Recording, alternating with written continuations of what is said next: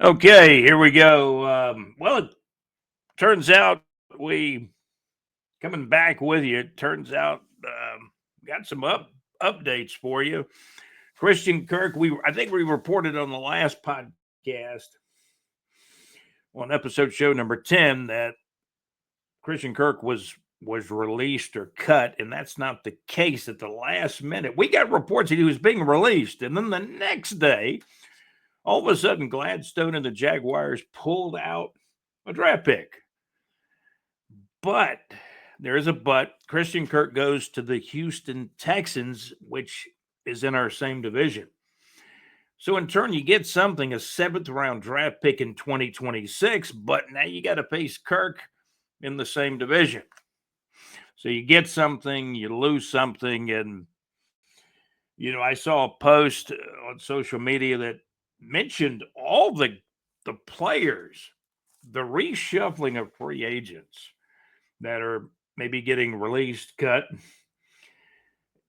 from teams, and then heading into what would we call it? Not the abyss, but this list of players that are out there for what the NFL likes to call in term is free agent frenzy, right?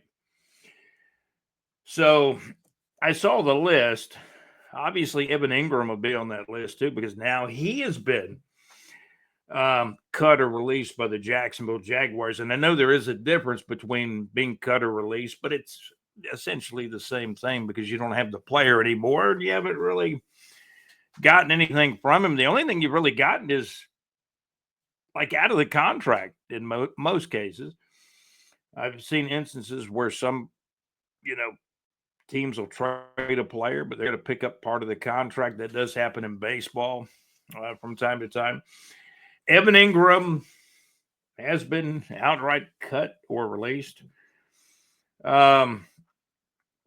John Gaylor mentioned to me that he was a little iffy on releasing Ingram, and why wouldn't you be? I mean, the guy had a season a couple of years ago where he made 100 or more catches.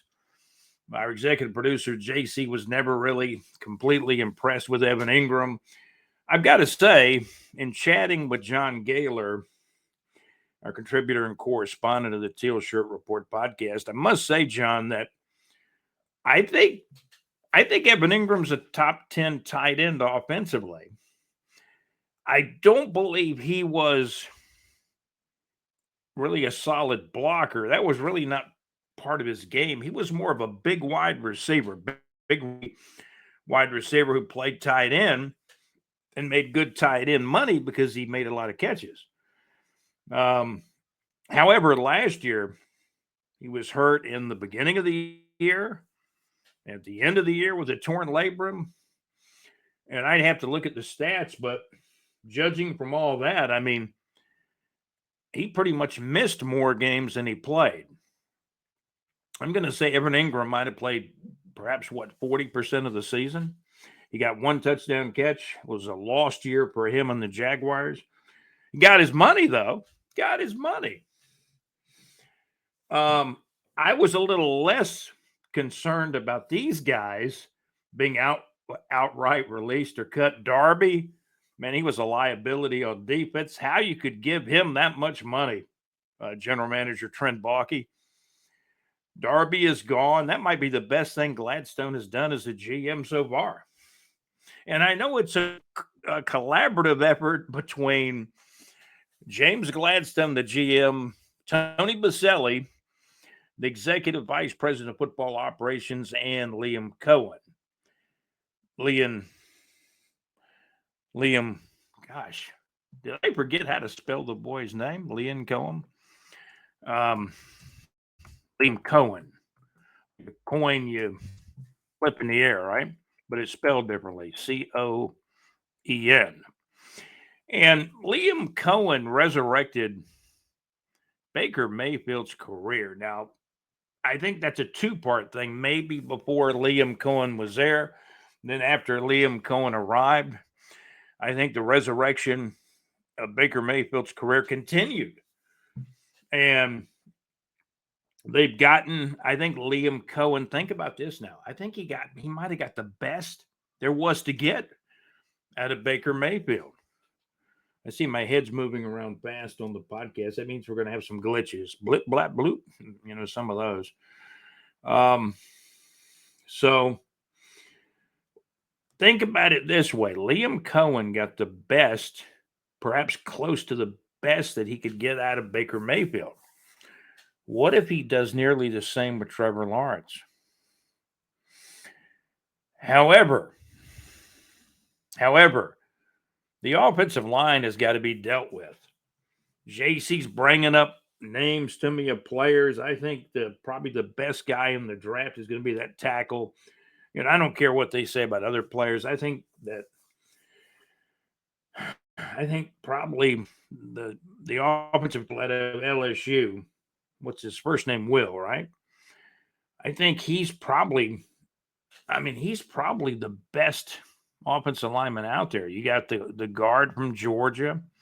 Then JC's telling me about another guy from Sacramento State. And that is really a good thing. Offensive line list. We definitely need an offensive lineman. Offensive line 2025 NFL draft.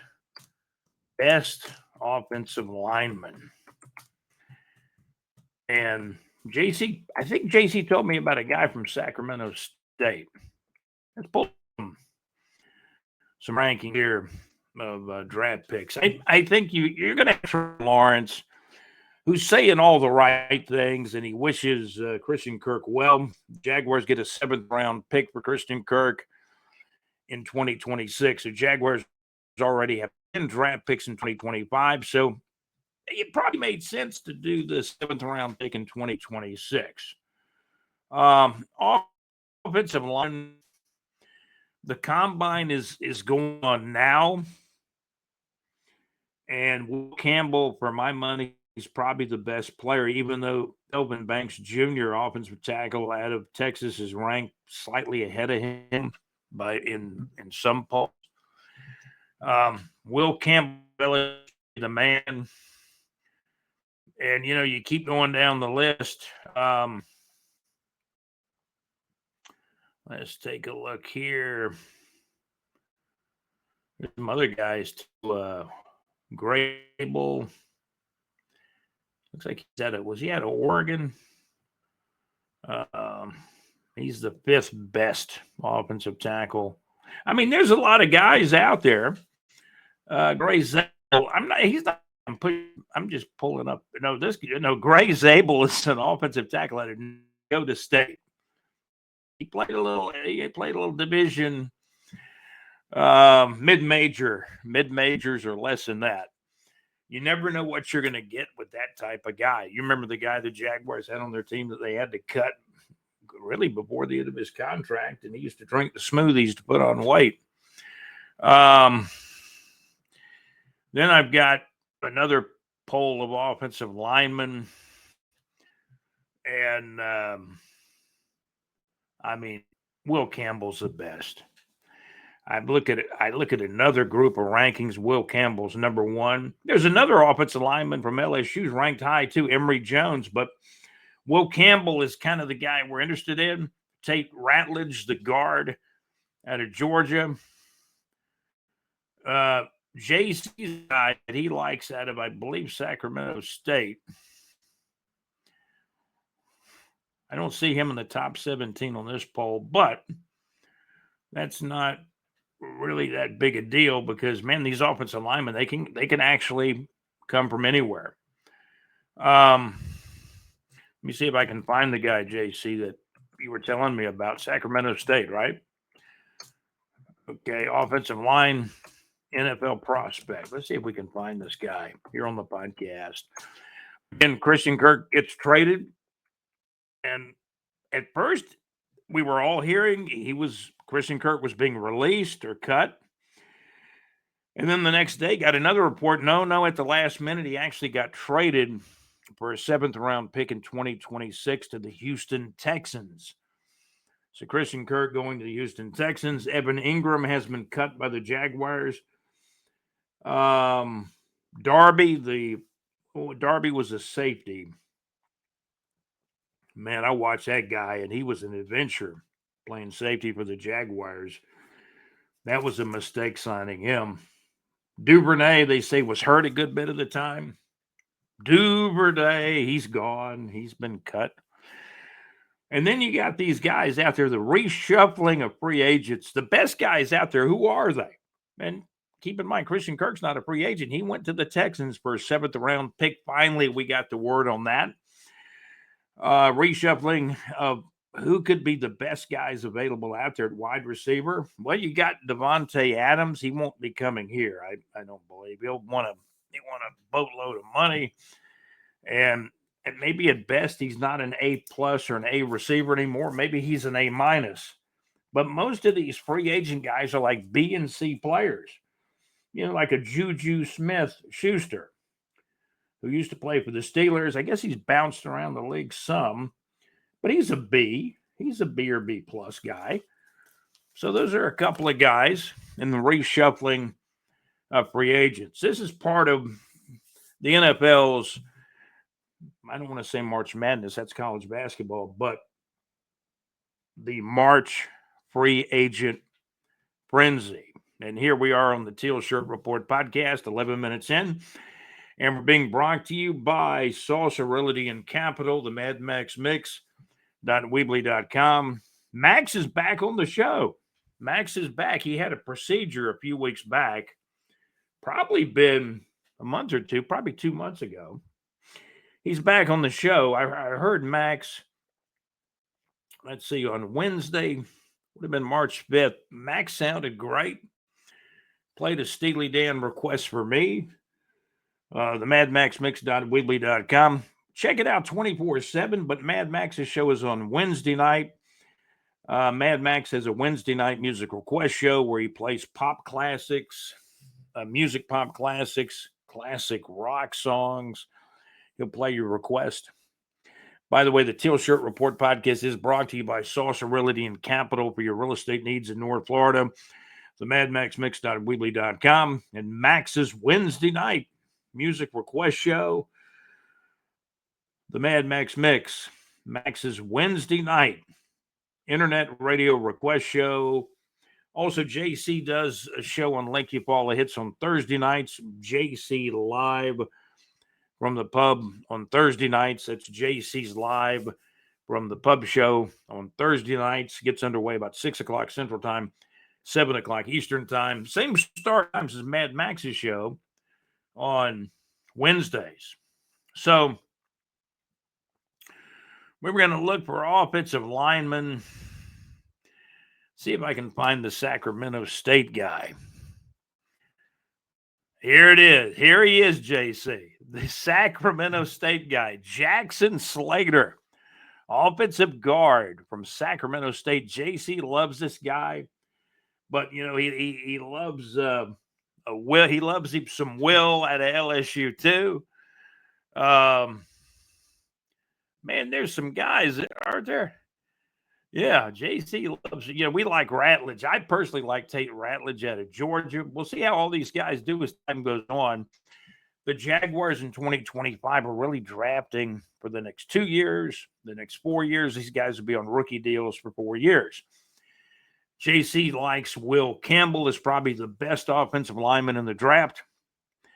He's a top 10 guy for the Jags. Even, if the Jags are really like this guy, grab him at 5. Who cares where you get him? He's a top 10 guy. Now, you could trade back and grab another pick, maybe, if there's a team wanting to inch up and grab a quarterback. Then maybe you slide back from 5 to 7, 8, or 9 and still get Will Campbell. That'd be ideal. But when you talk about the offensive lineman, and I've been heavy, as you know, I've been heavily opinionated on the offensive line. Will Campbell, Tate Rutledge, the guard out of Georgia. I like him a lot. And now JC comes up with a guy out of the blue or out of the West.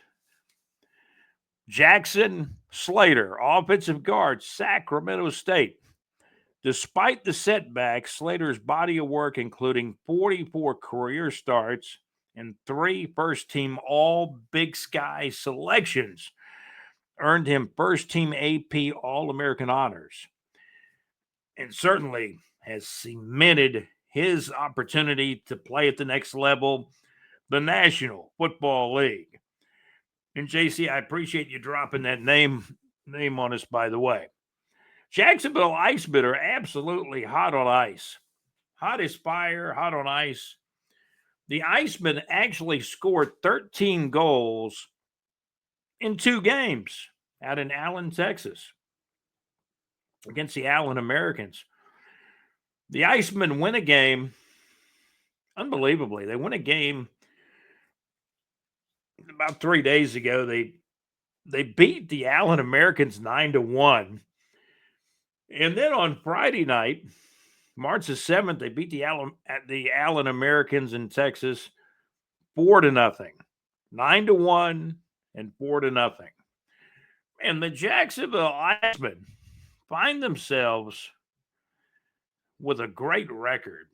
By the way, rain moving in. We're going to see some clouds move in. Partly cloudy skies on Saturday, March the 8th. Skies becoming mostly cloudy by tonight. Chance of rain in North Florida, 20% today, 50% late tonight on Saturday night, and 80% on Sunday. Heavy rain is possible on Sunday, March the 9th, by the way. High temperatures, mid-70s, highs around 74, lows at night around a cool 58. Winds dying down, some now winds out of the west at about 5 to 8 miles per hour, according to Big J report. Jacksonville Icemen smashed the Allen, Texas team on the road Thursday night, March the 6th, and get an offensive hat trick in that game, too. The Icemen 35-16-5 after that game. Then they win again 4-0. The Icemen beat the Allen Americans 4-0 on the road in Texas, in Allen, Texas, on Friday, March the 7th, I should say. So the Icemen have back-to-back wins of 9-1, 4-0. They essentially score 13 goals in 2 games and give up 1 goal in 2 games. The Jacksonville Icemen. Let me see the record. Man, the Icemen have put together a season.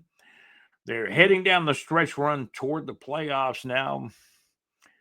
And the Icemen keep winning on the road 4-0 in the latest game over the ECHL team from Allen, Texas, the Allen Americans. Jacksonville Icemen with a 4-0 win and an amazing 36-16-5 record on the ECHL, East Coast Hockey League 2024-25 season. So that's the latest on the Jacksonville Icemen. Concerts around North Florida. By the way, we got some players, don't we, JC? We got some players now. Ratledge out of Georgia. You got, Brother Will out of LSU. I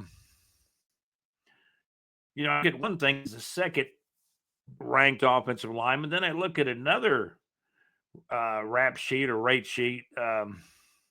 Will Campbell's the number 1 guy. Ratledge is in the top 10 as a guard. Georgia's Tate Ratledge. I've heard people say he could play tackle. And then I've heard people say Will Campbell could play guard. I think Will Campbell's going to be a potential all-pro tackle in the National Football League. I think Ratledge will play guard. When I see the top 17 offensive linemen, I pulled that up online, and Ratledge and Will Campbell are both in the top 10.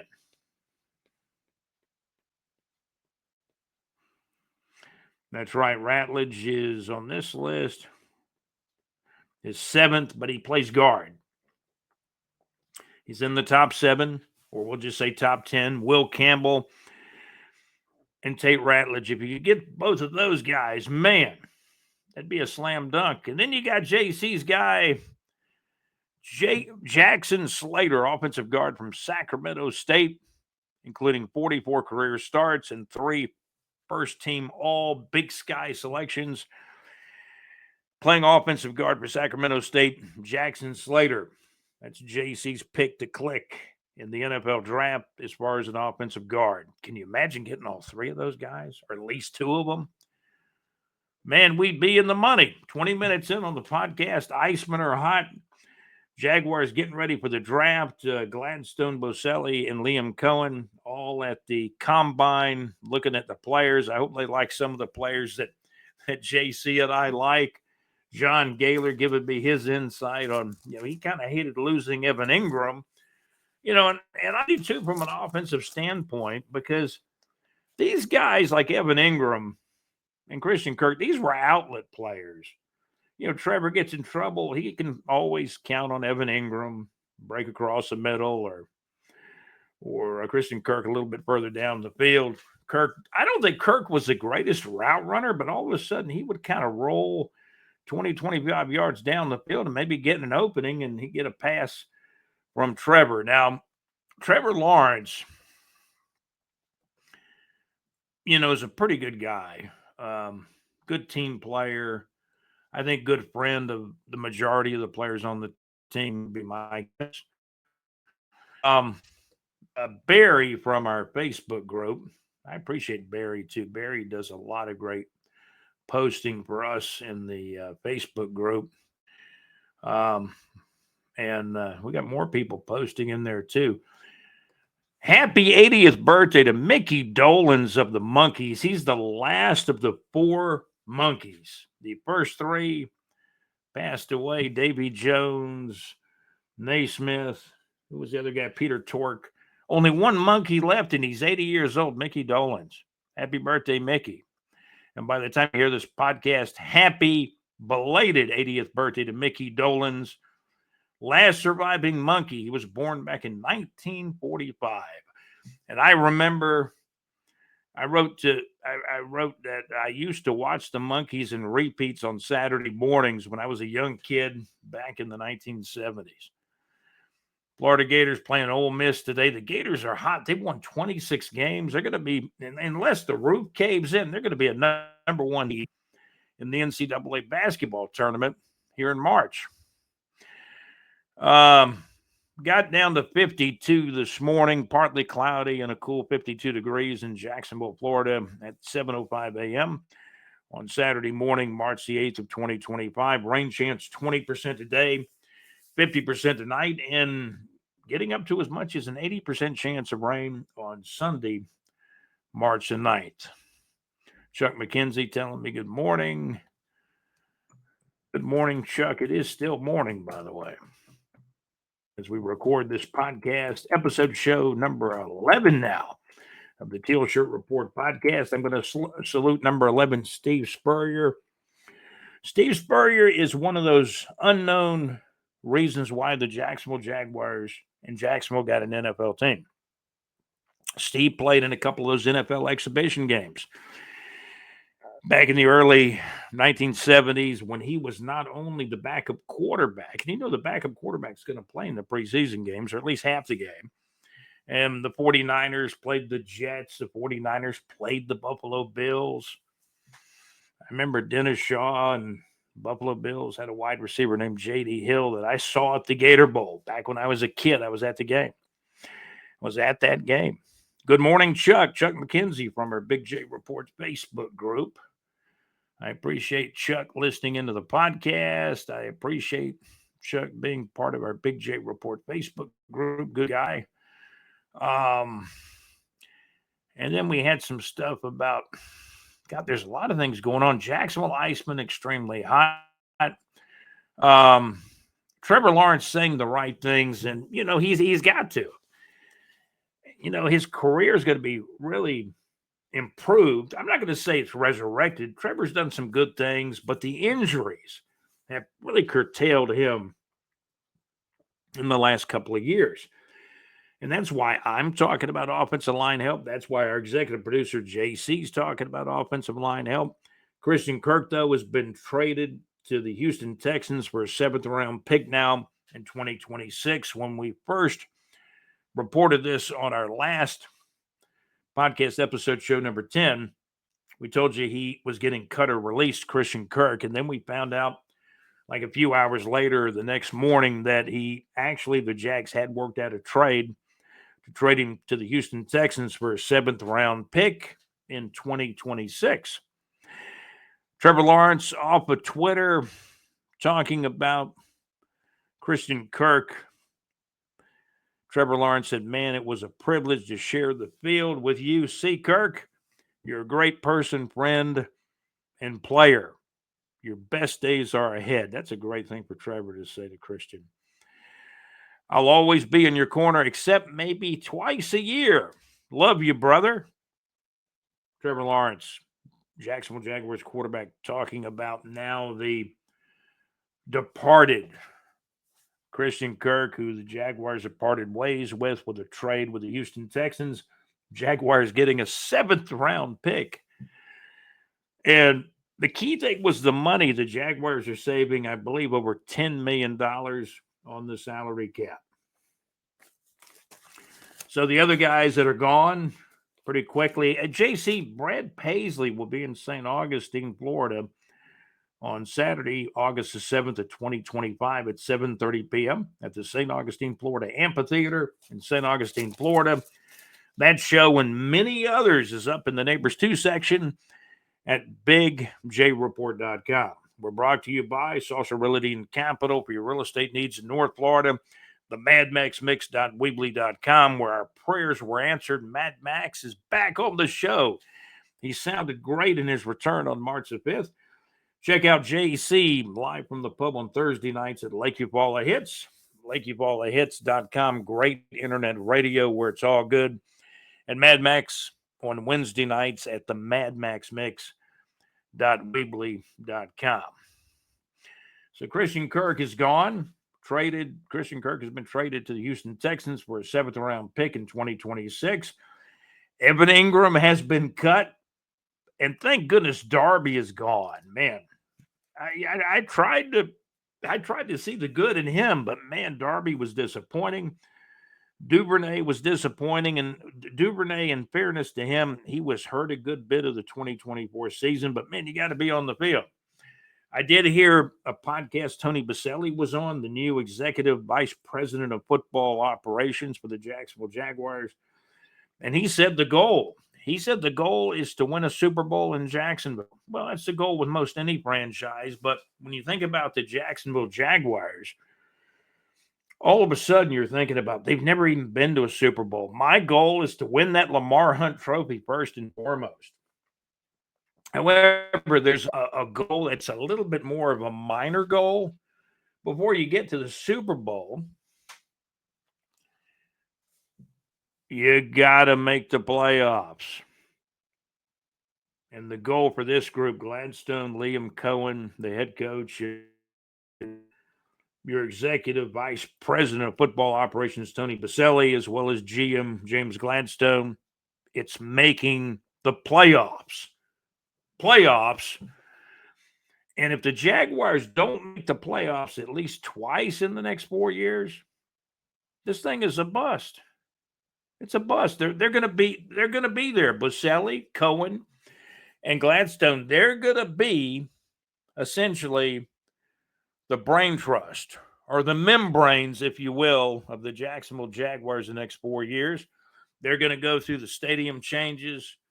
They'll be a part of this thing when the Jaguars are playing down in Orlando or Gainesville. As the stadium is built in earnest, the biggest part of the stadium is built that 1 year that the Jags are actually out of town in 2027, and then they return to the new stadium when it's completely finished in 2028. We're 29 minutes in. I think that's about it. Florida Gators have a shot to be a number 1 seed in the NCAA basketball tournament. JU got knocked out of the A-Sun basketball tournament. Alex Nunnery's been covering JU for us on the Big J Report Facebook group. We've got a lot of additions we've got to make to the bigjreport.com website, but things do gradually evolve on the website. You go to the Neighbors 2 section, we've got a really good listing of concerts. If you scroll the Neighbors 2 section, you'll see a very good list of concerts. We got Uncle Cracker up there now, April 3rd. Him and, what's the guy's name? Sugar Ray, I believe. I think so. But Uncle Cracker, the infamous Uncle Cracker, will be on April the 3rd at the Clay County Fair on April the 3rd. Then there's other shows coming. Foreigner still on the way. Gladys Night is tonight on Saturday, March the 8th.